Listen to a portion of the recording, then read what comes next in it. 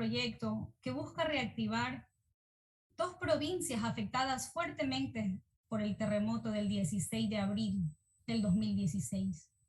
Pero me gustaría compartir con ustedes esta inquietud en cuanto a qué disposición de este proyecto no podría realizarse sin el respaldo de una ley.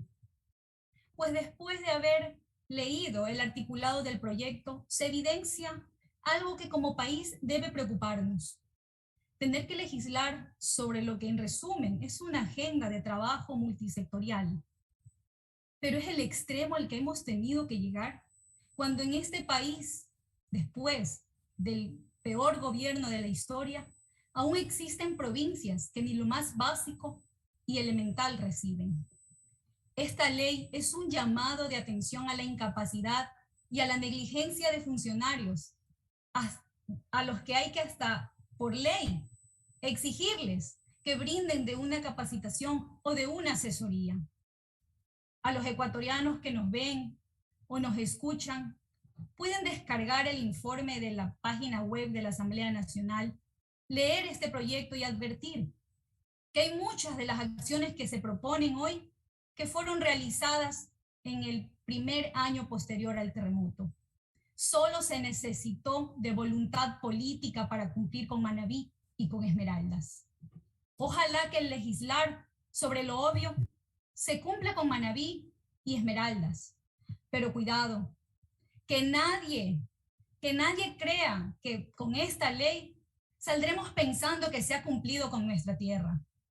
La reactivación económica de Manabí, de Esmeraldas y del país entero no se dará por la mera expedición de una ley. La reactivación requiere un entorno jurídico, social y político que permita dinamizar la economía. Y para ello el plan de vacunación sin duda es fundamental, pero hay otras medidas urgentes que deben de ser tomadas y que no se han hecho. Y que, dicho sea de paso, se nos dijo en campaña que se sabía cómo salir de esta crisis. Pues me refiero, el 5 de julio del 2020, hace poco más de un año, el presidente Lasso publicaba en su cuenta de Twitter que tenía un plan para arreglar todos los problemas del país en los primeros 100 minutos de su gobierno. Ofreció en 1 hora 40 minutos resolver la problemática que atravesaba el país. Ya lleva 64.800 minutos, 50 días, y el país sigue en la inmovilización que nos dejó el peor gobierno de la historia.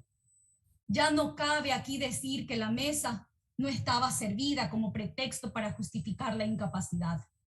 El señor presidente tiene 8 años en campaña, 4 años de los cuales cogobernó con el señor Moreno. Razones suficientes para conocer la situación en que recibía el país. Manabí quiere que se apruebe un proyecto de reactivación económica, pero que tenga beneficios concretos y directos. No meros aspectos de coordinación para que simplemente requieren de decisiones políticas. Nuestra provincia, Manabí, y la provincia de Esmeraldas se dinamizarán con la obra pública, y para ello es importante que el presidente cumpla con lo que le ofreció a nuestros municipios, los más cercanos a nuestro pueblo, lo que les ofreció en el Hotel Quito el 10 de marzo en una reunión con representantes del AME, que se les cancelarían las deudas por asignaciones del 2020 en los primeros 30 días de su gobierno, que sin embargo todavía no se ha cumplido. Se les ofreció a nuestros alcaldes que el primer día de gobierno se enviaría un proyecto de ley económica urgente para una reforma tributaria que evite las retenciones de los valores por concepto de IVA. Tampoco se lo hizo. Y ya no es necesario porque la Corte Constitucional dejó insubsistente el veto del proyecto de ley reformatoria a la Ley de Régimen Tributario Interno. Ofreció declarar un estado de emergencia sanitaria para con recursos internacionales poder financiar proyectos de agua potable y alcantarillado para ciudades como Portoviejo, como Chone y para muchos cantones del país que sí lo necesitan, y tampoco se ha cumplido.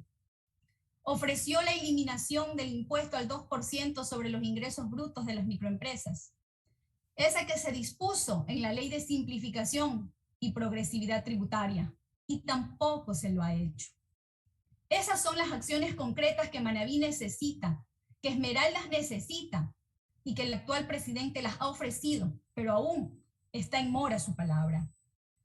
Si todo estaba listo para arrancar desde el 24 de mayo, ¿cómo es posible que recién en 15 días se diga que vamos a tener respuestas sobre la focalización a los subsidios de los combustibles? La reactivación de Manabí y Esmeraldas no será posible mientras no se empiece a gobernar, porque lo que está claro es que no estaban preparados.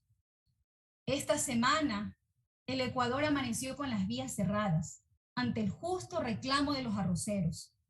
Logró pararse la protesta de los bananeros, pero la UNE mantiene aún su huelga de hambre. Y si no resolvemos como Estado la focalización de los subsidios de combustible, los transportistas serán también otro frente. Nuestros hospitales siguen desabastecidos. El propio vicepresidente de la República lo pudo constatar en su recorrido. Solca no tiene medicinas necesarias para los tratamientos oncológicos y ya van 50 días del mismo desgobierno. La semana pasada hubo un incendio en el Hospital de Especialidades de Portoviejo. Una joven falleció y lo que ha trascendido es que fue un cortocircuito. Así de simple la respuesta, sin ningún responsable. Y se le pide a los portovejenses y a los manavitas 6 meses de espera para los arreglos. Pensábamos que el maltrato a nuestras provincias había terminado con la salida de Moreno, pero luego recordamos que los que están ahora tienen 50 días en el gobierno, pero han estado en el poder ya 4 años. Hoy no pretendo enfocarme en lo que se ha dejado de hacer, lo que se ha hecho. Por el contrario, quiero aportar y contribuir con esta iniciativa. En ese sentido, señora presidenta, quiero apoyar lo dicho por el compañero Carlos Zambrano y otros compañeros legisladores, de que el proyecto regrese a la comisión para poder retomar el análisis y así poder presentar también las observaciones correspondientes. Gracias, señora presidenta.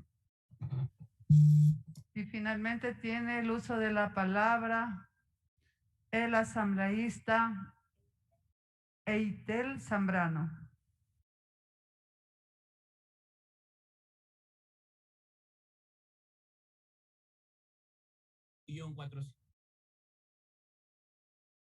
Gracias, señora.